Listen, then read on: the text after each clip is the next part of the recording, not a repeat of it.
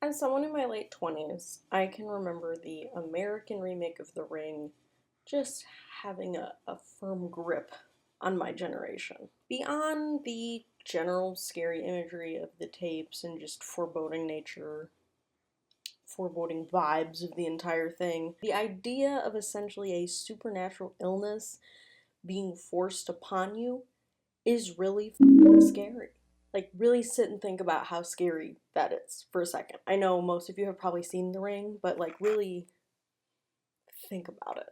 The frustration that you have with yourself for exposing yourself to it, the guilt of having to spread it to survive, the more you think about it, the more existential and scary it gets. It can't get worse than that, right? That's like one of the worst things you can imagine. Well, you clicked on the wrong video because you're wrong. It can get so much worse. What if a single image or line of writing could induce madness or even death?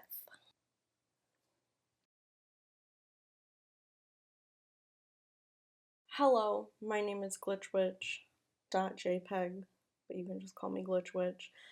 I make videos about internet horror, ranging from analog horror to creepypasta to old internet urban legends. Thanks for being here. If this is your first time here, this is quite the doozy to begin with, because I'm fully talking out of my ass. But we can experience the rabbit hole together. And that's the joy of the internet, is it not? We're going into the deep end of the pool together. So before I get into this whole thing, you clicked on the video, you know what it's about. So if you know, you know, I guess. But I'm gonna do a massive, massive content warning for this video. And not because anything is not safe for work or not appropriate for YouTube or anything like that. Nothing I'm showing here is actually explicit or sexual or anything like that. But the concept of a cognito or info hazard, which I'll define later, but for now let's just say is an image, phrase, or sensory experience that the rings you, can be really upsetting and anxiety inducing for some people. I personally do not believe in them in a threatening way, in a way that can actually harm me or, bring death upon me. I just think it's very fascinating. But all of these concepts are very fascinating to me, so I wanted to break them down, and if I'm going to do the research, why not bring y'all along with me? Seatbelts, everyone! Please let this be a normal Glitch witch. No way! However, this is a judgment-free zone. If you have watched my other videos and like my content, thank you so much. I appreciate you, but if this content makes you uncomfortable, you don't have to watch this video. I'll make other videos about less weird shit, like analog horror and more creepypastas and stuff like that. But, I'm not going to judge you. It's okay. I personally am not freaked out by this stuff, but I understand if people are. And just to kind of explain to anyone who maybe is on the fence, I'm going to break down what the concepts mean, like the literal definitions, as well as provide examples. And I'm going to show one blatantly fictional example that has no actual real cognitohazard effect, and then two more allegedly real ones. Maybe, get through the definitions, get through the fictional example, and then if you're uncomfortable after that, click off, whatever. I'll break them down into parts so it's easy to skip around if that makes you more comfortable. Okay. I'm trying to think if there are any other... my cat is here. Do you have anything you'd like to say, sir? No? Yeah, you better keep quiet. I'm watching you. One other disclaimer I want to make. I know, as I was editing and watching back to my last video about 11BX1731, I said it correctly, bitch, yes. I don't make eye contact with the camera a lot. Specifically in the parts where I was like breaking down the timeline of that entire mess.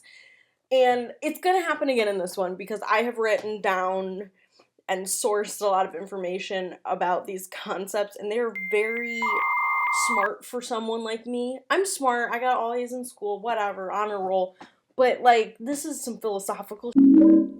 I'm not I'm not that smart, So, you're gonna see me do one of these, and, you know, we're just gonna we're all friends here. You can laugh at me in the comments if you want, I don't care, but I'm just letting you know. It's because there are certain points where I'm not just giving you my opinion or my analysis of these concepts, I'm literally trying to explain them to you, and I want to explain them to you as accurately as I can. And I will be citing all of my sources. You know, I have not just pulled some of this out of my ass. There are credible, legitimate sources that I could not have done this without. So that's just my little disclaimer. Now let's get going. Let's see what happens here.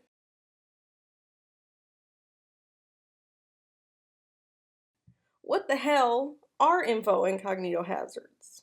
Why am I hyping them up so hard? Why am I giving content warnings to click away because it could upset people? Like most people who talk about this weird, scary on YouTube post 2020, I've first heard of these concepts from the internet's favorite uncle, the horror internet's favorite uncle, Mr. Wendigoon. And yes, I am older than him. Yes, he is still my uncle. It's my parasocial relationship, and I get to determine the structure.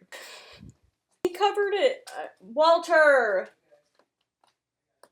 Ah! What happened? It came down. The tapestry. Little shit. He covered cognito and infohazards in a few different subjects within his conspiracy theory iceberg. I mentioned this in one of my previous videos about the Intruder from the Mandela Catalog. I'll get a little more into that later. But getting into definitions here. According to Wiktionary, a cognitohazard is, quote, an image, pattern, sound, or any other kind of sensory signal that directly causes harmful or undesired physiological effects to one who senses or perceives it. And an infohazard is, quote, a piece of information which is directly harmful to one who knows it.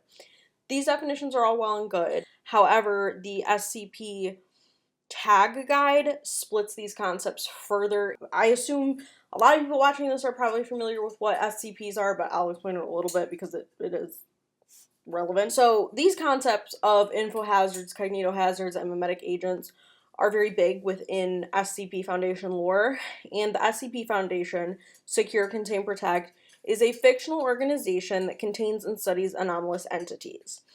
I think of it kind of, and again, I'm not very into this, it's very broad. I've only dipped my toe into it. You know, I've listened to, like, Last Podcast on the Left cover some of them in their creepypasta episodes and, like, things like that, so I am no expert. Like, I've listened to some of the Nightline SCP entries, but I have not gone beyond that.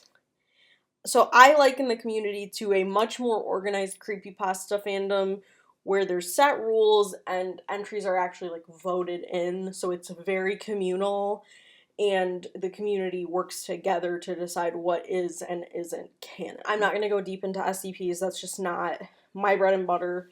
I'm going to focus more on these concepts as they relate to internet horror when I get into examples. So I'm going to read the definitions from the tag guide, and after that I'm gonna get more into what I know, what I'm talking about, so thank God.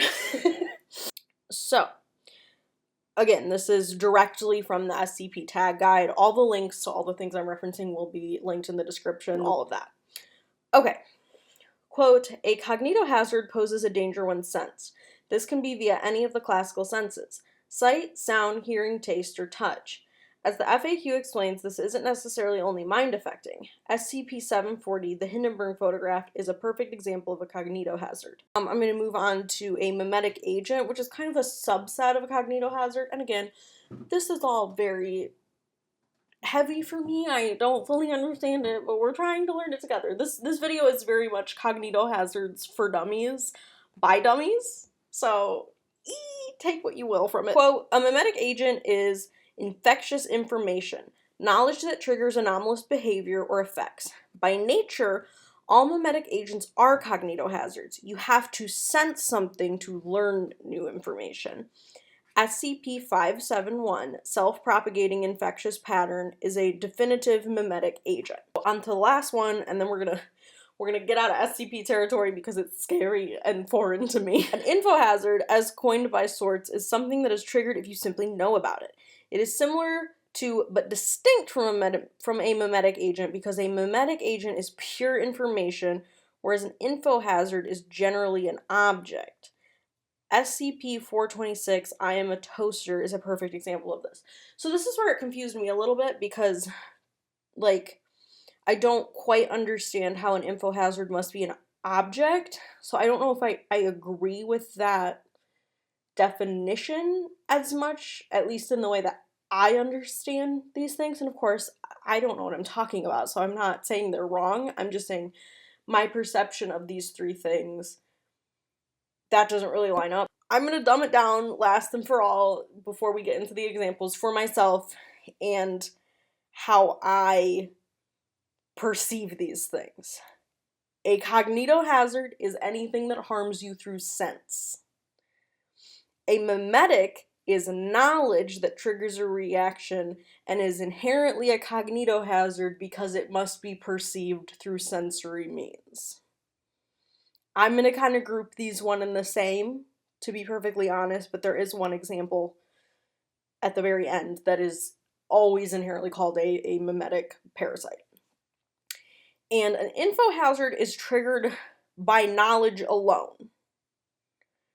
It doesn't have to be sensory based, it's just the knowledge of something. And again, SCP claims it's an object. I think it doesn't have to be an object. That's the definition I'm going with, especially based on the earlier dictionary definition. So that's just what I'm going with. Again, I'm not calling the SCP people wrong. They know way more about this than I ever will, but that's just what makes the most sense to me. I think all of this is very loose and ebbs and flows. They're very philosophical concepts. And this is all kind of for nothing, because as I talk about these things, I'm probably going to use these interchangeably. I mean, some are inherently more cognito than infohazards, but don't be surprised if I kind of flip as I get into my examples. And as I said at the beginning, I'm going to apply these to internet horror-based examples. My content is about internet horror. I heard about this from someone who talks about internet horror. It just is, it's what we're doing. But I am probably going to delve a little more existential as I get there, because I think you can't avoid that when talking about these subjects. Okay, let's get into some examples. SCP has popularized all this stuff, and I think taken a lot of effort to define these terms. But I'm going to now go into non-SCP examples, frankly, just because I will be able to articulate my thoughts more. And one of these examples is literally the reason I even set out to make this video, but I didn't want to just make a video about that example, which I'm not going to say yet because it is considered dangerous by some people. So as I get into these examples, I will warn you if I'm going to say something that is a cognito or info hazard, or show something that is a cognito hazard. First off, this first example, there's nothing dangerous. It is inherently fictional. I'm going to talk about how info hazards relate to the analog horror series, the Mandela Catalog.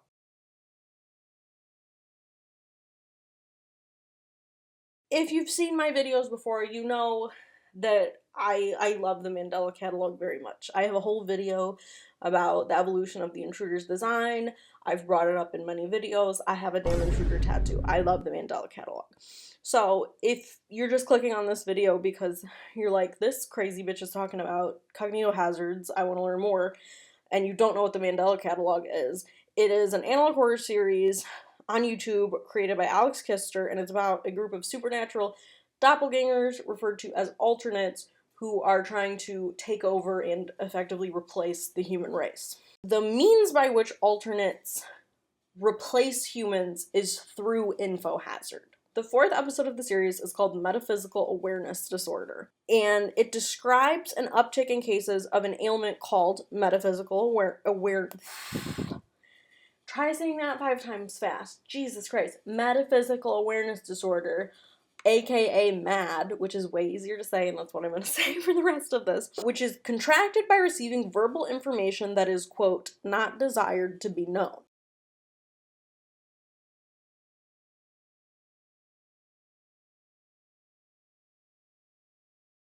alternates don't kill their victims. They present them with an info hazard via MAD, and then their victims unalive themselves, which is really scary and upsetting, and I think one of the reasons why this series is so effective, because it's not just a monster coming to kill you, it's a creature that is trying to turn into you but doesn't quite look right yet. It's like the uncanniness, and then telling you severely terrifying, I assume, existential concepts that drive you to unalive yourself. That's scary. I know a lot of people, and even myself, point out the sillier aspects of the series. That to me just comes when you watch something over and over and over again. You start to love it like that, and you can. But don't be fooled. It's actually really upsetting and scary. And I stand by that. So the MAD video cites religion and philosophical endeavors as triggers for MAD. And like I said, I think that leads me to believe that the alternates are presenting their victims with like crazy existential stuff that has to do with like where people come from, what God is, what God isn't, that kind of thing. The PSA states there's a 3% chance of survival when exposed to MAD, but later in the series, the protagonist, Thatcher Davis, ends up surviving an incident of MAD, but he is plagued by this perfect copy of himself. Not really perfect, it's actually very scary, but it does mimic him. And the guilt of surviving, which is a trauma all of its own. I thought including this as an example could help see the concept of an info hazard applied in fiction and within internet horror. This to me is like very much an evolution. As I list these examples, I'm going to go back and back and back, so this is a very recent example. And in general, if I can talk about the Mandela Catalog, I will always find an excuse. You can't stop me. So this next example, I don't think it's as inherently dangerous to perceive as the last example I'm going to give, but I will give a warning. This is definitely an info hazard, so no images that I present are going to trigger anything. I mean, I'm going to show an image that I have shown on this channel before that I think at this point will not affect you. The concepts on the whole theoretically are an info hazard, but I think it is a very realistic thought that we all have. That's what I'll say. So up to you. You decide. You know you better than I know you. But here we go. This is the despair code, baby.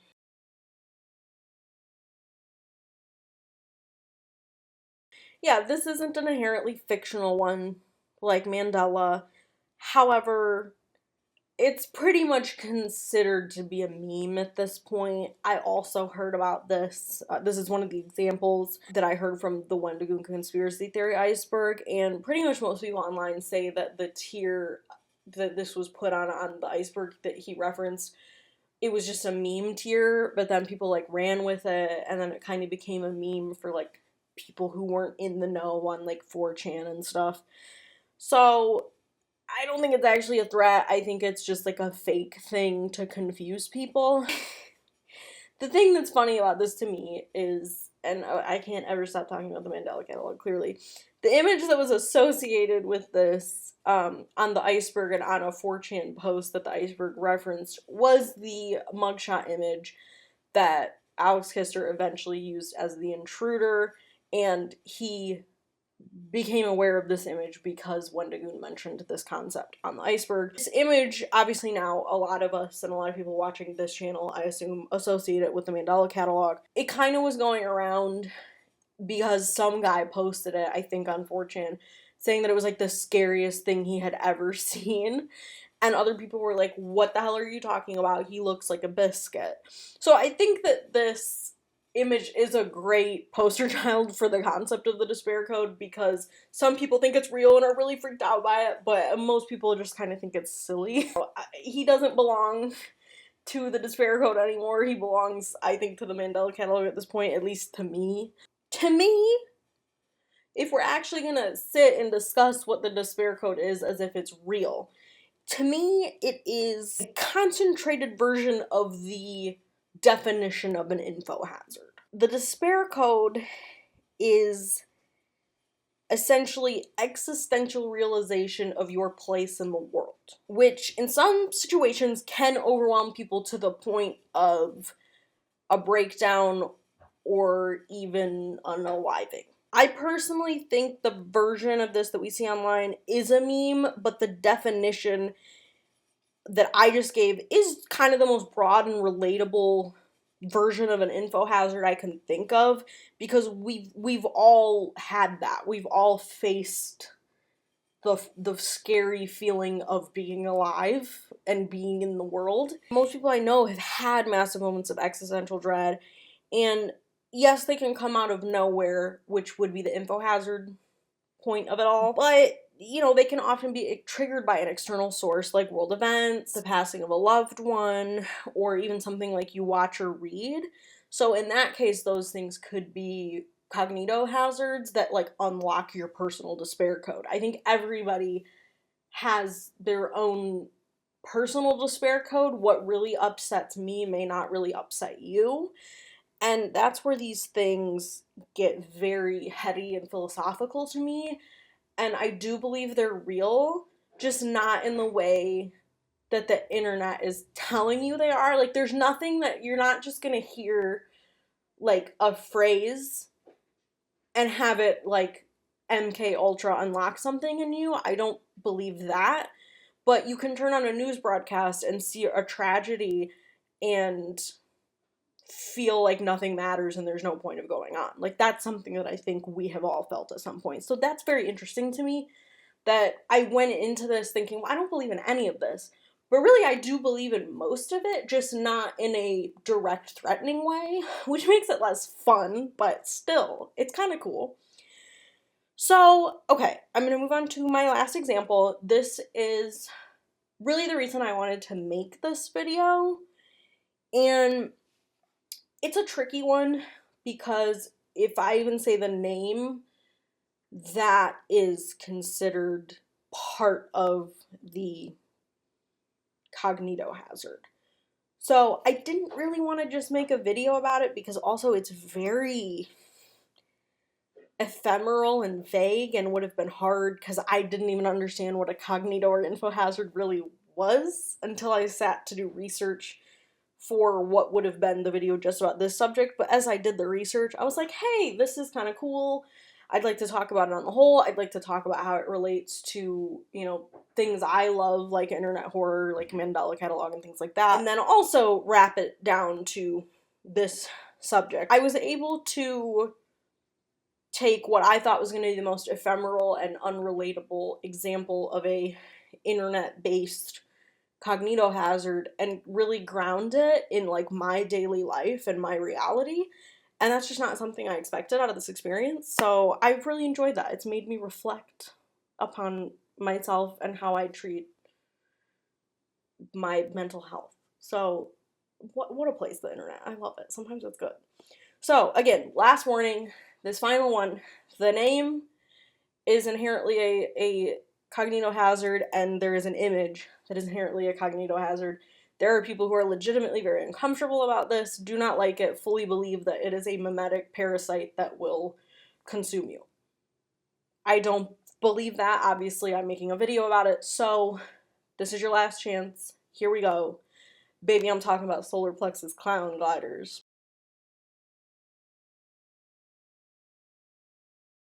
This was the other one that I heard about from the conspiracy theory iceberg, and man, the phrase alone is fascinating to me. So what the fuck is a solar plexus clown glider? And, you know, it may sound like a sick hovercraft that the Insane Clown Posse would have invented in 1998. Take a walk down the hallway, it's a long way, it takes all day. It's a mimetic parasite, baby. Woo! Side note, I want to be a juggalo so bad. Do I have any juggalo fans? Does anyone watch me? Is anyone watching me a juggalo? Please accept me. Okay, continuing on. In as simple terms as possible, solar plexus clown guy. I'm gonna say SPCG because it's shorter. SPCG. SCP, SPC, ASPCA, donate to the animal shelters. Okay. Solar plexus clown gliders are paranormal phenomena that prey on victims via images, emails, computer viruses, and even just by hearing the name. So I'm just onslaughting you with cognitohazard after cognitohazard as I keep repeating this name. I've noticed in online spaces where they are discussed, you will just see comments flooded with people repeating solar plexus clown glider, solar plexus clown glider over and over and over again, which is easier to type than say again and again and again. The most common visual associated is one I'm about to show you. I'm going to give you a chance to click off. I'm going to count down from 3, and then I'm going to show the solar plexus clown glider image. 3, 2, 1. Clown glider. There he is. Honestly, the reason that I was interested in even talking about the subject, because we all know I love a creepy, scary face. It's my bread and butter, baby. The Obscurbin Legends wiki, which was a great source for the solar plexus clown glider information for me, claims that there was at one time a series of black and white images similar to this one that were spread as the mimetic parasite, but this is the only one that still exists. People who claim to have been attacked by solar plexus clown gliders have seen them manifested in delusions as like slugs and snakes and just general ooze, but also as humanoid but kind of uncannily humanoid figures that just don't quite look correct. So I'm gonna break these guys down a little bit because again, this was supposed to be the meat of this video, but it's just, I don't know. I had a fear that no one would click on a video called explaining solar plexus clown gliders because there's just such little info about them, and inherently it is a mimetic parasite that I don't want to spread to people who don't want it to be spread to them if they believe that it's real. And again, I'm not judging you if you believe that it's real. I kind of do, but not in the way that people who are scared to say the phrase or hear the phrase do. Okay, let's break them down. I'm going to start surface level with the image and how it was spread. So the image hasn't been definitively sourced, but multiple internet users have found that it appears in a book called Why Hasn't Everything Already Disappeared by French philosopher Jean Baudrillard. Probably butchered that pronunciation. I did not take French in high school. This philosopher, actually, a lot of his big theory was based around that searching for existential meaning can cause delusion. Isn't that appropriate? And the photo is credited within the book to a photographer named Elaine Willam. And people have attempted to contact him on his Instagram to confirm if he took the photo or not, because it's not shown in any of his portfolios on the internet, but there are a few images that are kind of similar. So it is most likely that he probably is the source, but we don't know definitively. And we don't know exactly why that image is associated with the solar plexus clown gliders. But damn if he don't look freaky, right?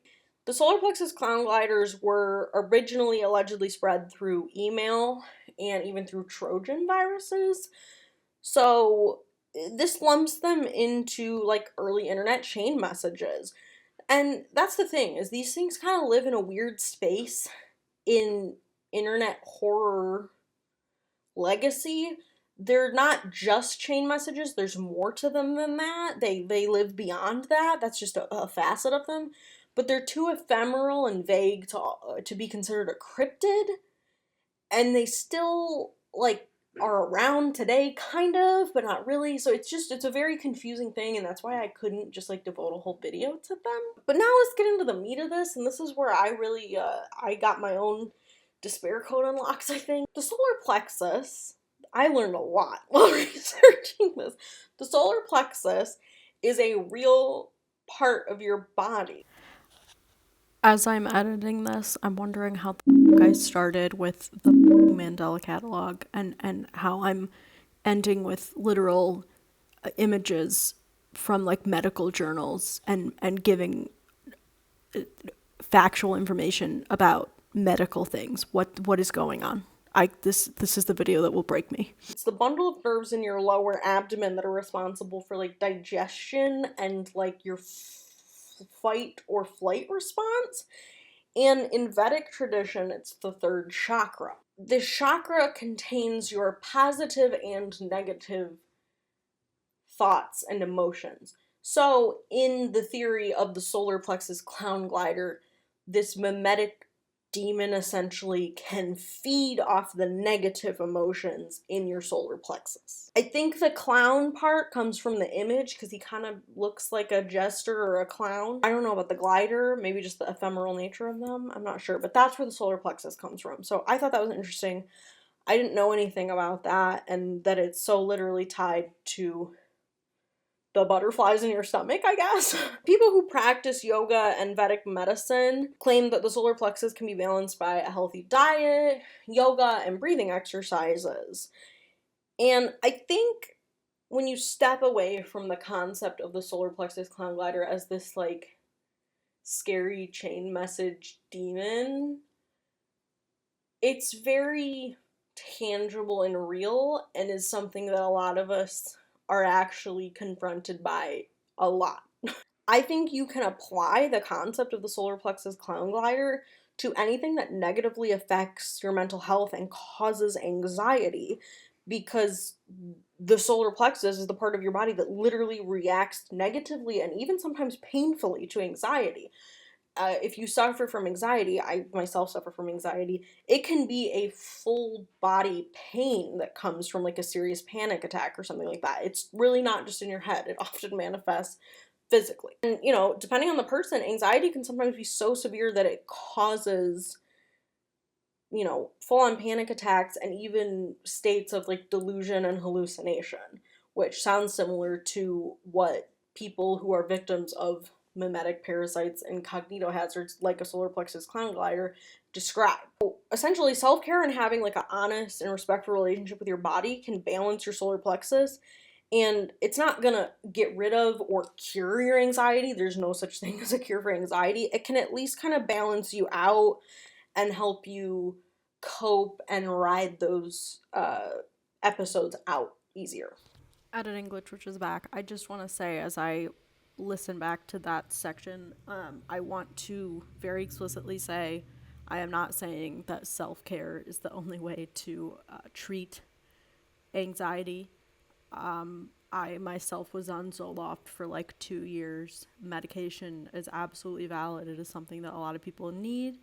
Therapy, there's many ways. I'm just saying in relation to this application of the solar plexus as it relates to like yoga and Vedic tradition, the idea of self-care meaning taking care of yourself in whatever means that mean, which I meant to include therapy, medication within having that respectful relationship with your body. I just wasn't explicit about it, but I want to be. So I'm saying that now because you treat your illnesses and conditions however is best for you. Whatever is best for me is not going to be what's best for you, and vice versa. So just saying that, just putting that out there. I am not one of those bitches telling you to go outside and look at a tree and suddenly you're not anxious or depressed anymore. Oh my God. No, never. I will never be like that. That is not okay. Take care of yourself however is best for you. Okay, disclaimer over. I'm going to keep talking about these clown gliders now. And I know this is kind of a crazy thing. I didn't expect to end up talking about this. So when I saw this, I thought, are my irrational thoughts not like a really mild version of a solar plexus clown glider? And that just really, it kind of unlocked the whole thing for me. Suddenly it all made sense. And it felt very real, and not in a threatening way. It's almost a way to put a face, even if it's this weird ass face, to these very ephemeral thoughts that we all have. Are the images and like the idea of getting a virus on your computer not anxiety inducing events? Like, I think the reason that images like the solar plexus image and even like the Intruder image and like images from analog horror on the whole really upset people, because we're afraid of uncanny images that look humanoid but aren't, goes back to like Terror the Android and stuff like that.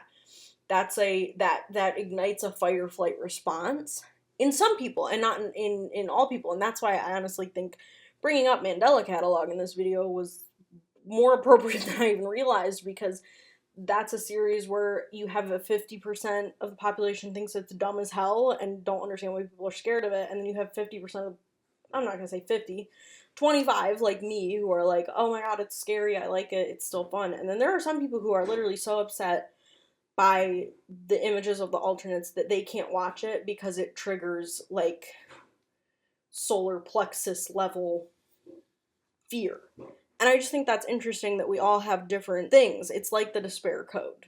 We all have different things that unlock the despair code for us, and we all have different things that are our solar plexus clown gliders. It's a lot less ephemeral and like scary and fantastical than the internet explanation of these things. But I think bringing a solar plexus clown glider down to like a realistic level makes it a lot more interesting and just a different way to look at it.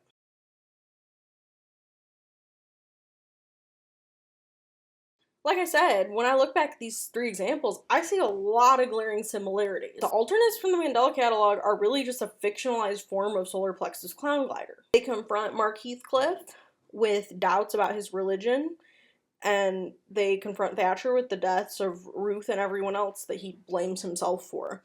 Both of these events are severely exaggerated examples of anxiety-inducing information, but the effects hit nonetheless. The despair code can be applied to these examples as well, because Mark is faced with existential terror of praying to a god that doesn't exist. That's his personal despair code. And then Thatcher is confronted by his dead best friend and the guilt of causing her death, which is his despair code. And those are both very valid fears. When I started the research with the intention of just talking about the solar plexus clown glider, I was so overwhelmed by the high concept nature of cognitohazards and infohazards. And when I was going through all the SCP stuff, it was so confusing and over my head.